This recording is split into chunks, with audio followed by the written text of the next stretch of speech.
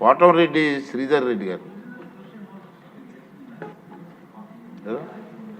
ధన్యవాదాలు అధ్యక్ష. అధ్యక్ష, కేంద్రం ఇచ్చిన నిధులు పక్కదారి పట్టాయి, జగవరిగిన సత్యం. దాంట్లో ఎవరికి కూడా ఎలాంటి అనుమానాలు లేవు. ఇంకా బాధాకరం ఏమిటంటే, దురదృష్టం ఏమిటంటే, కేంద్రం ఇచ్చిన నిధులు కేవలం వాళ్ళు అడిగిన వివరాలు ఇవ్వలేక ఆంధ్ర రాష్ట్ర ప్రభుత్వం ఆ యొక్క కేంద్రం దగ్గర పెండింగ్ ఉన్నాయి.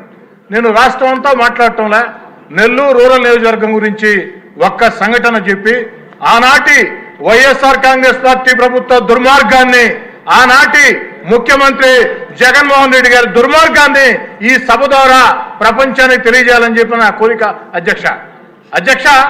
నెల్లూరు రూరల్ నియోజకవర్గంలో దేవరపాడెంలో నరసింహకొండ ఉంది. నరసింహస్వామి దేవస్థానం. కలియుగ వెంకటేశ్వర స్వామి వైకుంఠం నుంచి తిరుమల వచ్చేటప్పుడు ఏదైతే భూలోకంకి వచ్చినప్పుడు తొలి అడుగు నరసింహకొండలో వేస్తే రెండో అడుగు కడప దేవుడి గడపలో వేసి తిరుమల వెళ్ళాడు. అంత ప్రసిద్ధి చెందినటువంటి పుణ్యక్షేత్రం. ఆ పుణ్యక్షేత్ర అభివృద్ధికి ఆనాటి ముఖ్యమంత్రి గారు చుట్టూ తిరిగి అభివృద్ధికి నిధులు ఇవ్వకున్నా నేను నాకున్న వ్యక్తిగత సంబంధాలతో ఆనాటి భారత ఉపరాష్ట్రపతి, ఈనాటి మాజీ ఉపరాష్ట్రపతి వెంకయ్యనాయుడు గారి సహకారంతో వెంకయ్యనాయుడు గారు తన పదవిని ఏదైతే పూర్తయ్యే కాలంలో ఆఖరి లేఖ కేంద్రానికి రాశాడు. ఇది నెల్లూరు జిల్లాలో ఉంది. నెల్లూరు రూరల్ ఎమ్మెల్యే చెప్పేది వాస్తవం. కేంద్ర ప్రభుత్వం నిధులు ఇవ్వాలంటే వెంకయ్యనాయుడు గారి మీద గౌరవంతో ఆనాడు టూరిజం శాఖ మంత్రి కిషన్ రెడ్డి గారు ఏదైతే 50 కోట్ల రూపాయల నిధులు కేంద్రం నేరుగా విడుదల చేసింది. ఇందుకు ఈనాటి మంత్రి సత్యకుమార్ గారే ఒక సాక్ష్యం. అయితే బాధాకరం అధ్యక్ష, ఆ నిధులు విడుదల చేసిన తర్వాత 15 రోజులకి వైఎస్ఆర్ కాంగ్రెస్ పార్టీకి నేను దూరం కావాల్సి వచ్చింది. కానీ వైఎస్ఆర్ కాంగ్రెస్ పార్టీ దూరం జరిగినా ఖచ్చితంగా నరసింహస్వామికి న్యాయం చేస్తారు. దేవుడి మీద నమ్మకం ఉండేవాళ్ళు ఈ పని ఎవరో కూడా ఆపరం భావించా. కానీ ఆనాటి ముఖ్యమంత్రికి ప్రజల మీద నమ్మకం లేదు, దేవుడి మీద నమ్మకం లేదు. దుర్మార్గంగా దాన్ని ఆపేశాడు.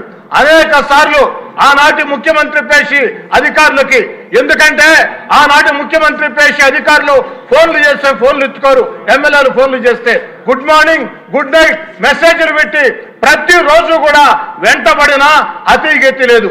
ఈ రోజు అది ఏ స్థాయిలో ఉంది, ఎక్కడ ఉంది? ఏదైతే నెల్లూరు రూరల్ నియోజకవర్గంలో ఒక భారతదేశంలోనే విశిష్ట దేవస్థానం దేవరపాడెం నరసింహకొండ దేవస్థానం కేంద్రం ఇచ్చిన 50 కోట్ల రూపాయల డబ్బులకి రాష్ట్రం డిపిఆర్ ఇచ్చిందా లేదా? దానికి కనీసం ఇప్పటి ఆర్థిక శాఖ మంత్రి గారైనా చర్యలు తీసుకొని న్యాయం చేస్తారా లేదా? నా మాటలు ముగించే ముందు ఒక మాట అధ్యక్ష.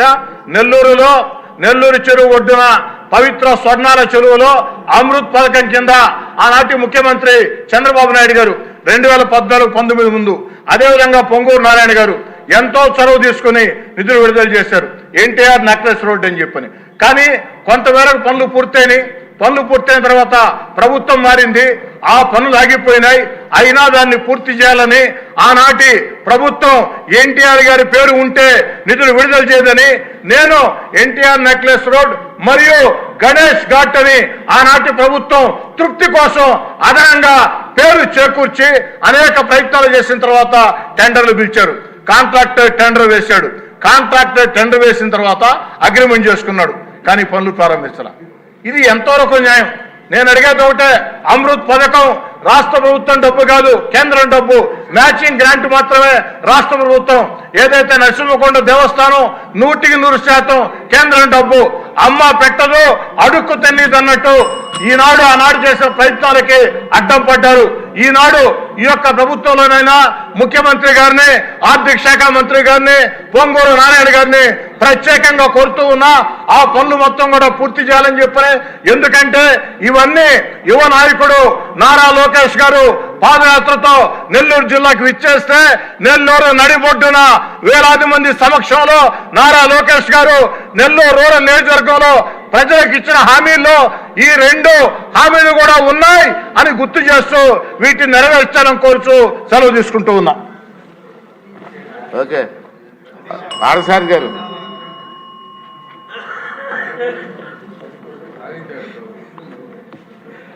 అధ్యక్ష, ఈరోజు మిమ్మల్ని అధ్యక్ష అని పిలవడానికి అవకాశం ఇచ్చినటువంటి ఆదోని ప్రజలకు ధన్యవాదాలు తెలుపుతా ఉన్నాను. ఇదే సందర్భంలో ఇది మంచి చర్చ అధ్యక్ష. కేంద్ర ప్రభుత్వం రాష్ట్రానికి గత 5 సంవత్సరాలుగా ఎంతో పెద్ద నిధులు ఇచ్చినప్పటికీ కూడా అవి పక్కదావ పట్టించడం అన్నది చాలా దారుణమైన విషయం అధ్యక్ష. కేంద్ర ప్రభుత్వం రాష్ట్రంలో సుమారుగా 142 పథకాలను అమలు చేస్తాం.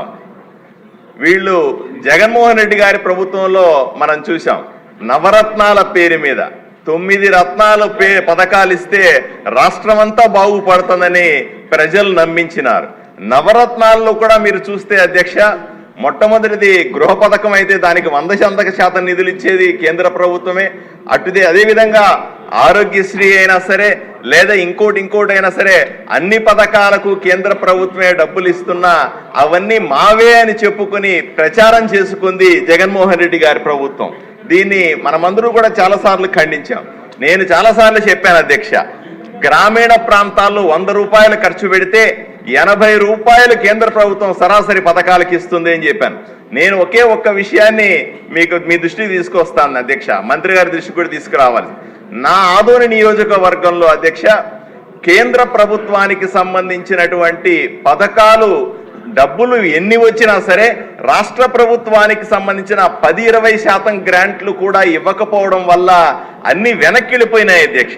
ఉదాహరణకి సమ్మర్ స్టోరేజ్ ట్యాంక్ నాశనం అయితే అది పాడైపోయిన ఒక వాల్ పూర్తిగా పడిపోతే 80 కోట్ల రూపాయలు కేంద్ర ప్రభుత్వం ఇస్తే కేవలం 10 కోట్ల రూపాయలు రాష్ట్ర ప్రభుత్వం ఇవ్వలేకపోవడం వల్ల ఆ డబ్బులు వెనక్కి వెళ్లాల్సిన పరిస్థితి వచ్చింది అధ్యక్ష.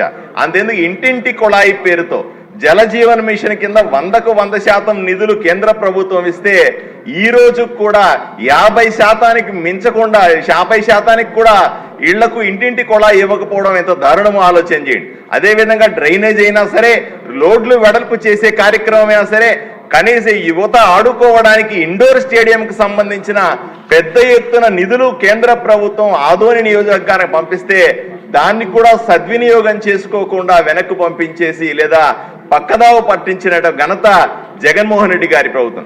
ఈ పొరపాట్లు మళ్ళీ జరగకుండా ఉండాలని గ్రామీణ ప్రాంతాల్లో నరేంద్ర మోదీ గారు నేరుగా ఇచ్చేటువంటి డబ్బులు సర్పంచ్ నిధుల నుంచి పక్కదారి మళ్లించకుండా చూడాలని మనం ఎన్నోసార్లు విన్నవించుకున్నాం. అది జరుగుతుందని ఆశిస్తా ఉన్నాం. ఈ ఆగస్టులో సర్పంచులకు ప్రత్యేకంగా నిధులు రాబోతా ఉన్నాయి. వాటిని సద్వినియోగం చేసుకుంటాం అధ్యక్ష. అదే సందర్భంలో మన ప్రభుత్వంలో కూటమి